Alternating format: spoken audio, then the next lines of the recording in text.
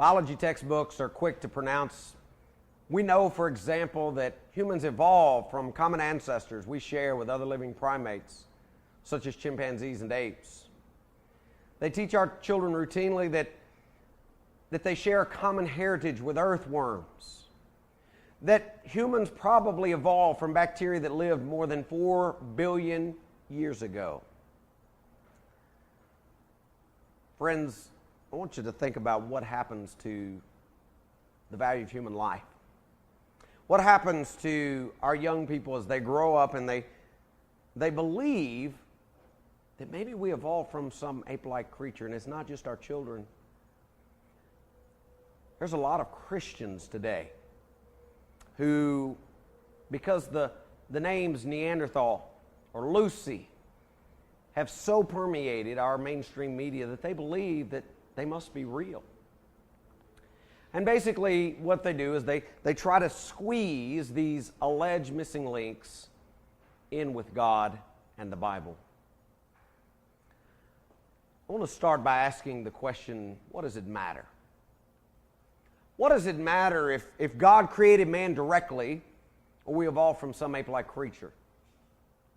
What does it matter if God created the heaven and the earth or there was some Big Bang explosion? What does it matter if it was 6 days or 6 billion years?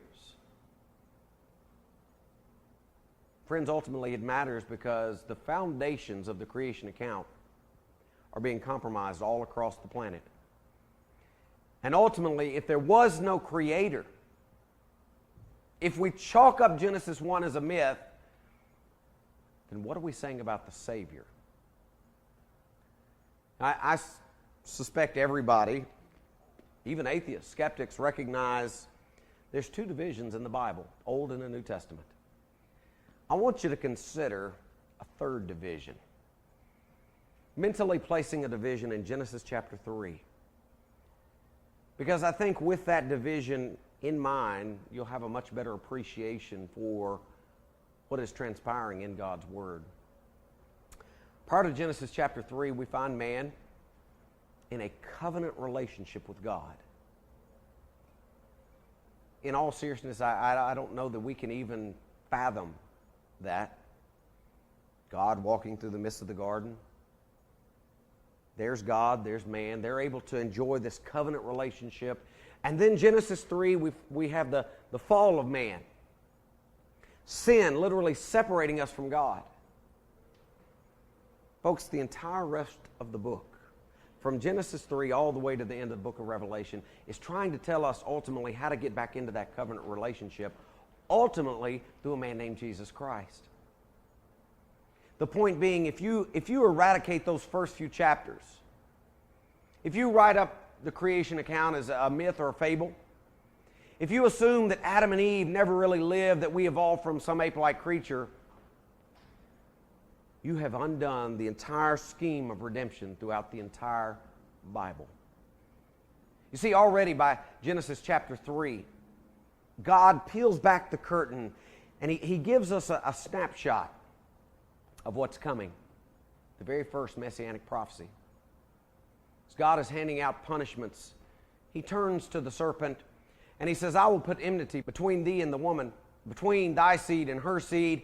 It shall bruise thy head, and thou shalt bruise his heel.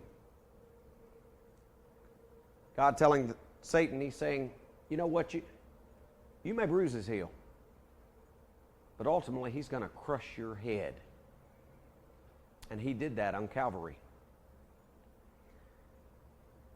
As we look during this lesson at fossil man, these alleged missing links, I need you to firmly get in your mind the picture that evolution, amoeba to man, has absolutely no likeness to the biblical picture. You see, evolution, you start out with these simple organisms, bacteria. And then after many deaths, many mutations, you finally evolve your way up to man. You see, evolution requires many, many deaths in order to finally get to man. Creation, the biblical account, is completely different. Creation starts with man being the pinnacle of God's creation, created with intelligence. And through sin, we brought death into the world and fell. Friends, these two could not be further apart. It's not Christianity and evolution.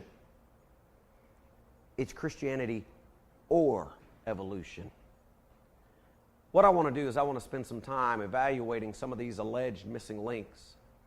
And as we go into this study, I want you to bear in mind Genesis chapter 1, verses 26 and 27 clearly indicate that we were created in the image and likeness of God. What does that mean, to be created in the image and likeness of Jehovah? Well, we know, for instance, that God is a spirit. According to the Bible, God is a spirit. Those who worship Him must worship Him in spirit and in truth. So what part of us was created in His image and His likeness? It must be our spirit. You see, mankind was created with a soul. If evolution is correct, then roughly 18 to 20 billion years ago, there was an explosion. Rock matter came out into the universe. From that, supposedly, living creatures evolved until finally we get man. And yet the Bible paints a completely different picture.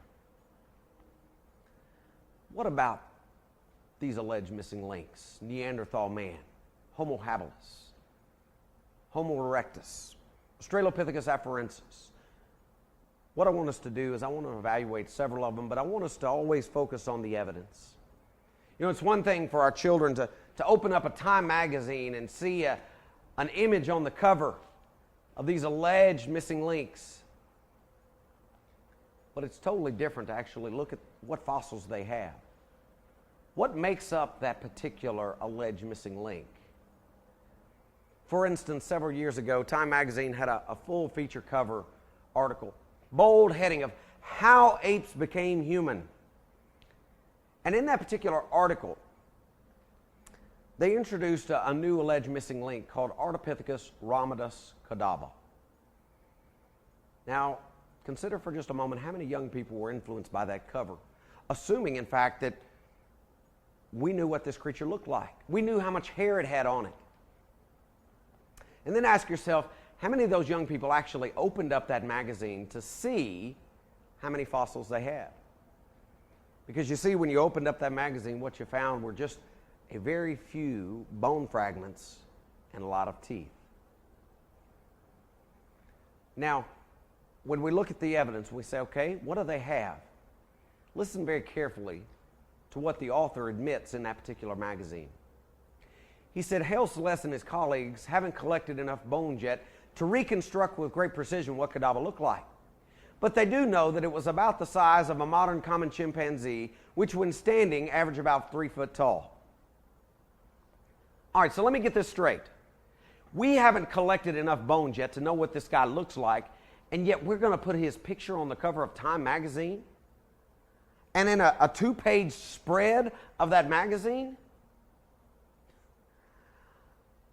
One of the best ones, though, comes right in the middle of that particular article, where they have a picture of a toe bone. It's the only toe bone they have. In fact, it's the only bone they have south of the femur. They have a picture of a toe bone with a caption that says, "This toe bone proves the creature walked on 2 legs." Now, friends, the human foot has 26 bones in it, 42 with both feet. 26 bones, all they've got is a single toe bone, and they're going to say this proves the creature walked on 2 legs? I want you to look at one other admission that the authors make regarding that toe bone, where they say not only is it separated in time by several 100,000 years, but it is also found some 10 miles away from the rest of those bones. Guess it just walked away? You see the problem? Folks, without that toe bone, all they've got are the fossils of an ape.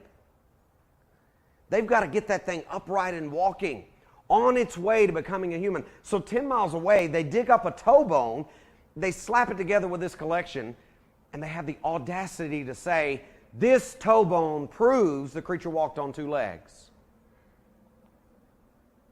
Let's take a few minutes and let's walk through what I would call evolution's hall of shame. You see, it's often been said that people have maybe a crazy Aunt Edna hidden in the closet or skeletons in the closet. Friends, it's time we open the door and we expose fully what's in the closet, that hall of shame. We're going to start with Java Man. Where's the evidence for Java Man?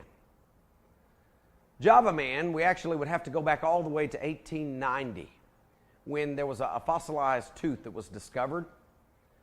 Roughly a month later, they found a skull cap. After that, they found another tooth and a leg bone. Total of about 2 years, a period of time, they found these four things: 2 teeth, a leg bone, and a skull cap. Now, the 2 teeth and the leg bone were very much human, but the skull cap we later determined belonged to a giant gibbon monkey. And just to show you how much of a fight we're in this whole creation versus evolution controversy, the man who made that discovery, while he was down there digging, he came across 2 other skulls. But they were remarkably modern-looking skulls. And he realized you can't have modern man at the same time you have Java Man. They shouldn't be living at the same time. So what did he do? He hid the modern skulls under the floorboards of his house for 26 years. That's integrity. How about Lucy? Australopithecus afarensis. Lucy's probably the most famous of all the alleged missing links. Donald Johanson was the discoverer of Lucy. For those of you who don't know how Lucy got her nickname, the night that she was discovered, there in the camp, they only had a single record that they continued to play over and over as they were celebrating their find, and it was Lucy in the Sky with Diamonds. When she was first announced, lots of pomp, lots of flair. The media was just absolutely enthralled with it. But now that we've had roughly 20 years to examine Lucy's fossils, what does the evidence really show? Where is the evidence? Several years ago, I wrote a book co-authored with a gentleman. We titled it The Truth About Human Origins. In that particular book, we spent roughly an entire chapter detailing the problems with Lucy. I'm not going to go into that much detail with you here, but I do want to share just a couple of things with you about Lucy. Some things that I feel like you need to know in order to make a wise, critical decision of who she really was. For instance, we know that Lucy had locking wrists. 2 gentlemen, Brian Richmond and David Strait, were in the Smithsonian Institute there in Washington, D.C., and they were going through old research papers. They were in a part of the museum most people don't go to. And they came across a paper that talked about primates having the ability to lock their wrist. Because think about it for just a moment. Chimpanzees, apes, they're quadrupeds. They walk on all fours. They looked at each other and said, I've never seen this information in the human fossil record. So they walked literally down the hall to where there was a Lucy replica. Lo and behold, guess what she's got? She's got locking wrist. Letting us know, folks, Lucy didn't walk up on 2 legs. She wasn't a biped. Another discovery they made was her rib cage. Now, all humans have barrel-shaped rib cages. Anatomically speaking, your ribs are spread around in the shape of a barrel. Now, some of us have bigger barrels than others, but everybody's got a barrel-shaped rib cage. When Lucy was first presented on the scene, they said she had a barrel-shaped rib cage. She was on her way to becoming a human because, after all, chimps, apes, they've got a conical-shaped rib cage. Kind of looks like an ice cream cone. It tailors down at the bottom. They said, wow, this is proof of a transition. And then they started sending replicas of Lucy to places all over the globe. I want you to listen to what Peter Schmidt had to say when he received his Lucy replica. He said, when I started to put the skeleton together, I expected it to look very human. Everyone had talked about Lucy being very modern, very human. So I was surprised by what I saw. I noticed that the ribs were more round in cross-section, more like what you see in apes. Human ribs are flatter in cross-section. But the shape of the rib cage itself was the biggest surprise of all. The human rib cage is barrel-shaped, and I just couldn't get Lucy's ribs to fit this kind of shape. But I could get them to make a conical-shaped rib cage, like what you see in apes. You see, the more you evaluate the evidence, the more you realize Lucy, she was nothing more than an adult male pygmy chimp. And you say, male? There was a study that came out, was actually published in the Journal of Human Evolution, published back in about 1995, that dealt with Lucy's pelvis. And in that particular article, they published the fact that you can't get an infant through Lucy's pelvis. Now think about that. She wouldn't have been able to give birth, which means one of two things. Either, number one, Lucy was the last of her species and they all died out afterwards because she couldn't reproduce, or realistically, number two, maybe we should be calling Lucy Lucifer, meaning she's a he. You see, folks, when you really start to critically evaluate the evidence, you see Lucy was nothing more than that adult male pygmy chimp. Now, here's something that should make you question the integrity of folks. The St. Louis Museum, there is a model of what they believe Lucy looked like. It's full scale, completely covered with hair. It's got her standing there looking back at you. And the question becomes, okay, can those fossils tell you how much hair a creature had? No. In fact, when you look at Lucy's fossils, what they actually discovered, you don't find really much of anything below the knee. There's one little piece of bone that goes below the knee, but that's it. And yet, in this display, they've got Lucy with full hands and full feet. We don't have any bones of Lucy's hands or feet. How do they know what she looked like?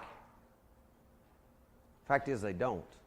You see, what they're doing is not trying to educate, but rather to indoctrinate people. And they're doing a great job of it. You think about how many millions of young children walk through that particular display on a regular basis. One of the museum officials was actually asked about this, pointed out, the fact, hey, look, you don't have any bones of Lucy's feet. You don't have any bones of her hands. You don't know how much hair she had. Isn't this a little bit misleading? Don't you think you need to maybe take this particular display down? Here's what he had to say. This was actually published in the St. Louis Post-Dispatch, July the 22nd, 1996. He said, zoo officials have no plans to knuckle under. We cannot be updating every exhibit based on every new piece of evidence. We look at the overall exhibit and the impression it creates. We think the overall impression this exhibit creates is correct. Who else do we have in our evolution's Hall of Shame? How about Nebraska Man? This one's probably my favorite. Nebraska Man was actually brought to the Scopes monkey trial to be introduced as evidence for evolution. In fact, there was a picture of allegedly what Nebraska Man looked like in 1922. It appeared in the Illustrated London News. Now, you would assume if we've got pictures that we're putting in newspapers, and if we're going to use this as evidence in the Scopes monkey trial, surely we've got good evidence, right? And yet, all of the evidence we have for Nebraska Man is a single tooth. Oftentimes, when you see pictures of it, it looks like four. That's actually the same tooth taken from four different vantage points. They do an anterior, a lateral, a posterior, a middle. They basically spin that tooth four different directions to give you four different looks. From one tooth, we get this alleged missing link and his wife. And yet, folks, if that weren't bad enough, that somebody had that much artistic license, the really pathetic part is we later discovered that one tooth belongs to an extinct pig. How do they do it? How do they get away with it? I think part of it is just quite simply what I would call Hollywood magic. You know, oftentimes we see what looks to be a skeleton. And we forget the fact that particular skeleton is made up of dozens of bone fragments. That would be one thing if those dozens of bone fragments were collected from a single location and somebody put them together like pieces of a puzzle. But that's not the reality. The reality is those dozens of bone fragments usually come from 4, 5, 6, maybe even up as high as 7, 9 different locations. Now think about that for just a moment. You've got dozens of bone fragments that are collected all over the place. They're glued together to make this composite. Assumptions are made, speculation is made. They call in a scientific illustrator. And they ask him, say, hey, will you make a cast of this particular creature? And they do. All of a sudden, it begins to take shape, and that's what they sell to museums. That's what our children go see when they take field trips to the latest museum. Looks extremely convincing. They then have the scientific illustrator come in and flesh out that particular skull. They add muscles, maybe a jawbone, teeth. They slap a layer of skin on it, and lo and behold, it looks like you literally walked out into the Africa bushland and you took a picture of this creature. And yet, bear in mind, you're talking about something that is composed of dozens of bone fragments, most of which are usually teeth, collected from various locations. And yet there it is. You see, evolution's hall of shame is long and broad. And in some cases, they're not even opposed to quite out lying. For instance, the Piltdown hoax. Piltdown man, discovered in 1912, Piltdown, England. 1912, they discovered some pieces of a skull. They discovered the jawbone of a creature.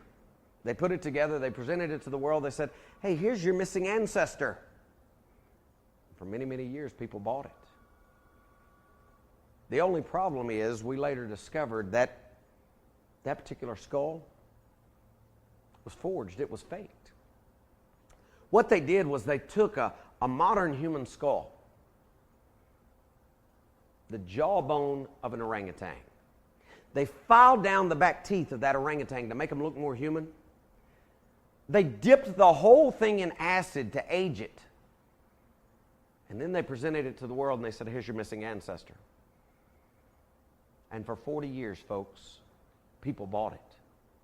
They put it into textbooks. They indoctrinated at least one, probably two generations of people who believe that, yes, we have evidence for this missing link.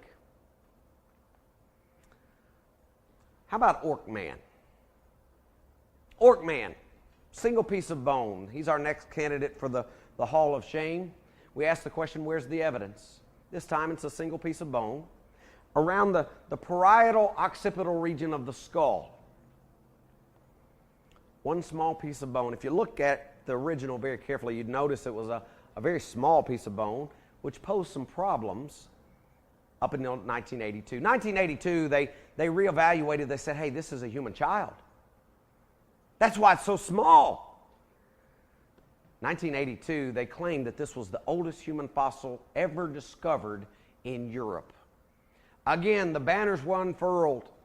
Evolutionists rejoiced as they celebrated the latest alleged missing link.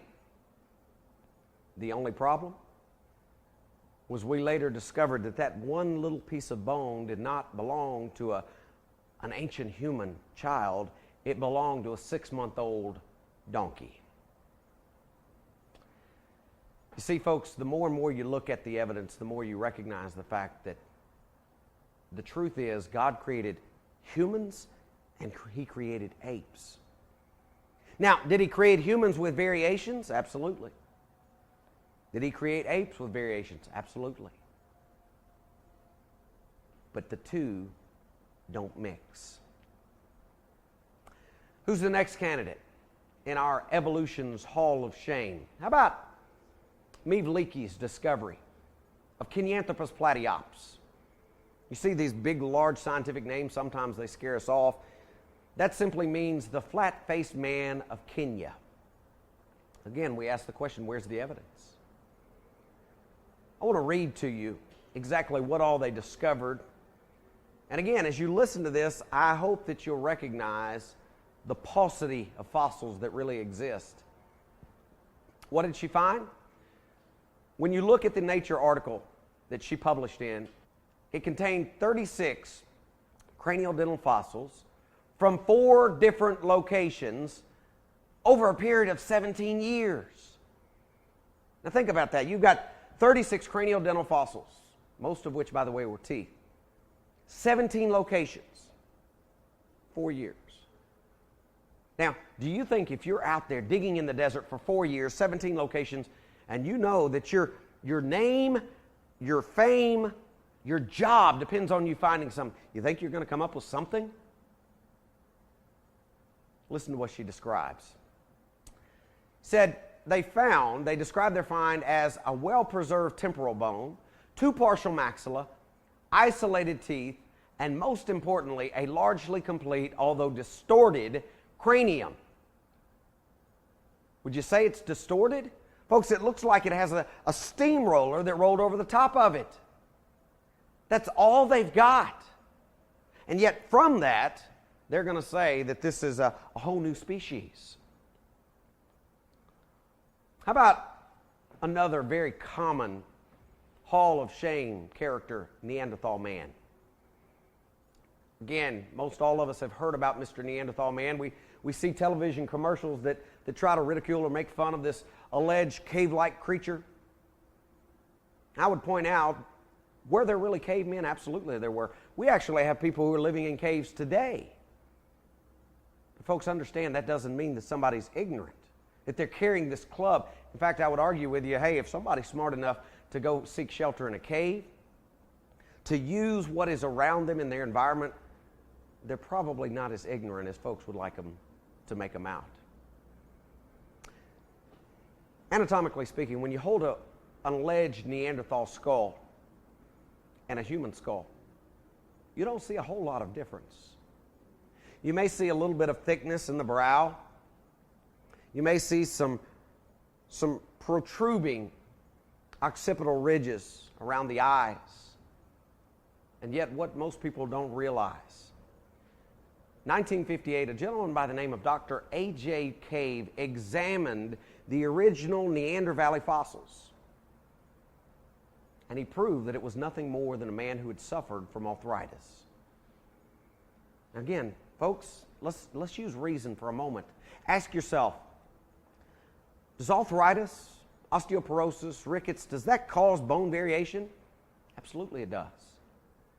So in looking at mankind, in fact, by the way, most of the Neanderthal Valley or Neanderthal fossils were found in northern European regions that don't get a whole lot of sunlight. You ask, okay, why would there be people with these variations in that region? Well, what do we need sunlight for? We actually use it to make vitamin D. You see, without that vitamin D, we're not able to absorb calcium properly, and all of a sudden, our skeletal structure starts to suffer. So does it make sense we're going to find creatures in those areas that have these deformations? Absolutely. Jack Kuzo wrote a book several years back called Buried Alive. He talked about examining the Neanderthal fossils. Listen carefully to what he said. He said, you must understand that this skull really cries out disease. The teeth are badly decayed, and the bones of the vault of the skull are extremely thick. He went on to talk about the fact that there are many features that testify of acromegaly, the excess secretion of growth hormone in adulthood. Last but not least, in our Hall of Shame, we have Flipper Man. 1979, in the Libyan desert, they discovered what they believed was an ancient collarbone. They looked at it. They looked at the facets on it. They dated the plankton around it at 5 million years. Now, I love how they come up with just round numbers like that. They then use circular reasoning. They assume that, okay, if the plankton's 5 million years, then this bone must be too. They marched it into a science conference announcing they had one of the oldest upright walking humanoid fossils. A gentleman in the audience said, fellas, you got a little problem. That's not a collarbone. That's a rib bone. They did what all good scientists would do. They said, oh, okay, well, then we've got a 5 million-year-old rib bone here. He said, no, that's not the rib bone of a human. That's the rib bone of a dolphin. Folks, when you truly examine the human fossil record, what you find are a bunch of bone fragments, some teeth that clearly fall into those two categories, human and ape. You know, our children are very familiar with the transition between ape and human. But I want to ask the question, what does the fossil record really show? I want a guy by the name of Jeremy Rifkin to tell you what the fossil record shows, because I think he summed it up beautifully. He said, what the record shows is nearly a century of fudging and finagling by scientists, attempting to force various fossil morsels and fragments to conform with Darwin's notions, all to no avail. He said, today, the millions of fossils stand as very visible, ever-present reminders of the paltriness of the arguments and the overall shabbiness of the theory that marches under the banner of evolution. In Genesis chapter 1, verse 26, the text says, God said, let us make man in our image after our likeness. I want you to notice those three words, us, our, and our. Those are plural. The implication being that before God created man, there was what you and I would call a conference of the Godhead. Folks, that didn't happen with the birds, the fish, and the creeping things. He literally spoke them into existence. And yet with man, we were different.